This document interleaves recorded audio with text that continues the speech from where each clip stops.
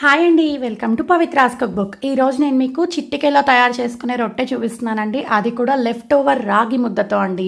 మనం ఎప్పుడైనా ఇంట్లో రాగి చేసుకుంటూ ఉంటాం కదండి, రాగి ముద్ద అది మిగిలిపోతే ఇలా రొట్టెల్ని తయారు చేసేసుకోవచ్చు. ముందుగా ఒక బౌల్లో మిగిలిపోయిన రాగి ముద్దని యాడ్ చేసుకోవాలి. మనం ఎంత రాగి ముద్దనైతే యాడ్ చేసుకుంటామో ఈక్వల్ క్వాంటిటీ లేకపోతే దానికంటే తక్కువ క్వాంటిటీలో బియ్యం పిండిని యాడ్ చేసుకోవాలి. ఇప్పుడు అందులోకి సన్నగా చాప్ చేసి పెట్టుకున్న ఉల్లిపాయ ముక్కల్ని యాడ్ చేసుకోవాలి. తర్వాత సన్నగా చాప్ చేసి పెట్టుకున్న కొత్తిమీర, రుచికి సరిపడా ఉప్పు. ఆల్రెడీ రాగి సంగటిలో ఉప్పు ఉంటుందండి, కాబట్టి బియ్యం పిండికి సరిపడా ఉప్పుని యాడ్ చేసుకోండి. తర్వాత కొద్దిగా గ్రీన్ చిల్లీ పేస్ట్ అన్నీ యాడ్ చేసుకొని బాగా మిక్స్ చేసుకోవాలి.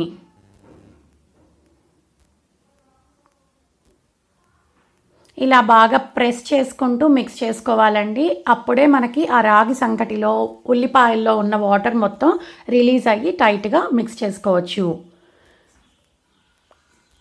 ఇప్పుడు అందులోకి కావాలనుకుంటే కొద్దిగా వాటర్ని యాడ్ చేసుకొని మనం రొట్టె పిండిని మిక్స్ చేసుకోవాలి. చూస్తున్నారు కదండి, మన రొట్టె పిండి తయారైపోయింది. ఇప్పుడు ఒక రొట్టె పేపర్ని తీసుకొని కొద్దిగా ఆయిల్ని యాడ్ చేసుకొని బాగా స్ప్రెడ్ చేసుకోవాలి. ఇప్పుడు మనం ఒక చపాతీ సైజు ఉండని తీసుకొని ఆ రొట్టె పేపర్ పైన ఈవెన్గా స్ప్రెడ్ చేసుకోవాలి.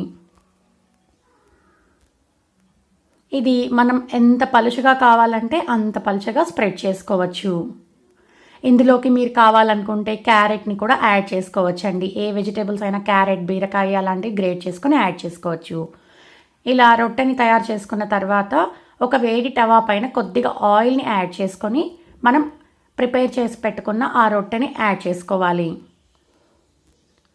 ఒక హాఫ్ మినిట్ తర్వాత ఆ రొట్టె పేపర్ని నెమ్మదిగా రిమూవ్ చేసేసుకోవాలి.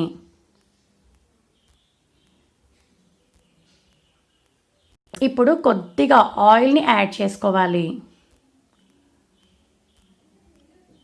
ఆయిల్ని యాడ్ చేసుకున్న తర్వాత ఒక నిమిషం తర్వాత మనం మరొక వైపుకి టర్న్ చేసుకొని రెండు వైపులా బాగా కాల్చుకోవాలి.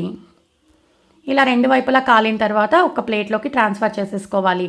అంతే అండి, వేడి వేడి రాగి పెరుగుతో చాలా టేస్టీగా ఉంటుందండి. చూసారు కదా ఎంత ఈజీనో. Thanks. Please subscribe to our channel Pavithra's Cookbook.